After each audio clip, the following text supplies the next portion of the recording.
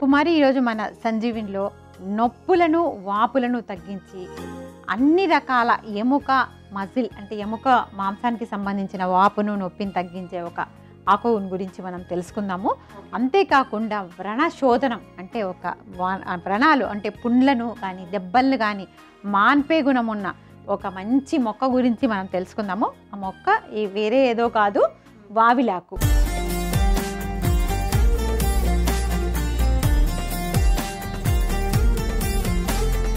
So అంటే ఏం చేయాలి మ్యామ్, ఎవరెవరు ఎలా చేయాలి? ఓకే, తప్పకుండా చెప్తాను. ఇలా ఉంటుంది వావిలాకు. దీన్ని నిర్గుండి అంటాం అనమాట ఆయుర్వేదంలో, సాంస్క్రిట్లో నిర్గుండి అంటాము. అంతేకాకుండా సింధువార పత్రం అని కూడా అంటాం. మనము గణేష్ చతుర్థి రోజు కూడా ఈ ఆకును వాడుతూ ఉంటాం అనమాట. స్వామి 21 రకాల ఆకులు ఇది కూడా ఒక రకాలు వాడుతూ ఉంటాము. చాలా ఉపయుక్తంగా ఉంటుంది అనమాట ఈ ఆకు.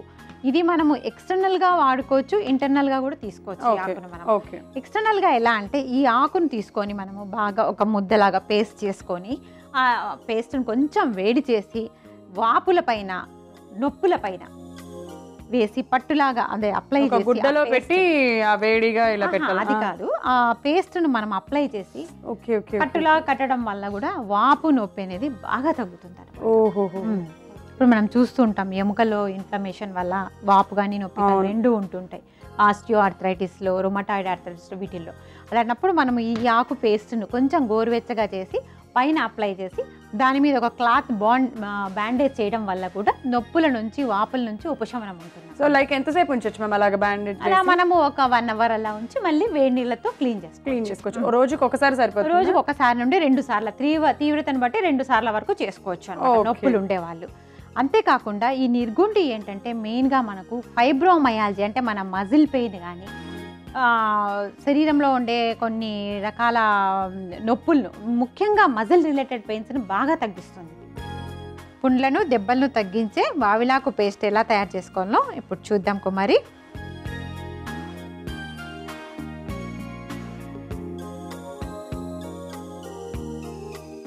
సో అలా 10 ఆకుల్ని తెంపేసుకొని ఇప్పుడు పేస్ట్ లాగా తయారు చేసేసుకోవాలి, అంతే కదా? అంతే కుమారి. ఓకే. ముఖ్యంగా మనకి పుండ్లు దెబ్బలను మాన్సి గుణం ఉంటుందన్నమాట. ఈ కల్కం అంటారు ఈ పేస్ట్కు.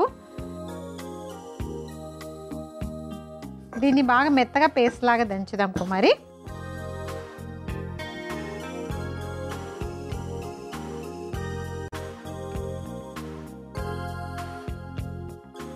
సో కుమారి ఇలా మనం పేస్ట్ తయారు చేసుకున్నాము, వావిలాకు పేస్ట్. ఇది ముఖ్యంగా ఏదైనా దెబ్బల మీద కానీ పుండ్ల మీద కానీ అప్లై చేసుకోవడం వల్ల చాలా వరకు తగ్గని వ్రణాలు, దుష్ట వ్రణాలు అవి తగ్గే అవకాశం ఉంది. ఇదే పేస్ట్ను కొంచెం వేడి చేసి మనము జాయింట్ పెయిన్స్లో రాయడం వల్ల కూడా నొప్పి వాపు తగ్గే అవకాశం ఉందన్నమాట. ఈ పేస్ట్ను కొంచెం వేడి చేసి వెచ్చగా ఉన్నప్పుడే అప్లై చేయాలి జాయింట్ పెయిన్స్లో, అప్పుడు నొప్పి వాపు తగ్గే అవకాశం ఉంది. సో అంటే ఒకేసారి వేడి చేసుకొని దాన్ని స్టోర్ చేసుకొని దాని తర్వాత ఎప్పుడు కావాలంటే అప్పుడు అప్లై చేసుకోవచ్చా, లేకపోతే మనం వేడిగానే పెట్టేసుకోవాలంటారా?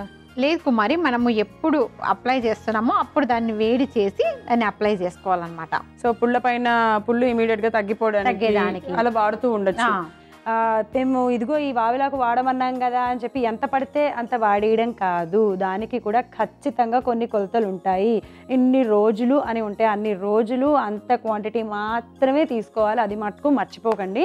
సో అంతే కదా మ్యామ్, ఎందుకంటే మనకి వాడేసేయచ్చు కదా అని చెప్పి ఇష్టం వచ్చినట్టుగా వాడేస్తే ఆ రోగం తగ్గకపోగా ఇంకా వేరే రోగాన్ని ఎంత పీరియడ్ అంటే అంతవరకు మనకి ప్రాబ్లం తగ్గేంత వరకు వాడుకోవడము, తర్వాత బ్రేక్ ఇవ్వడం, అంతే.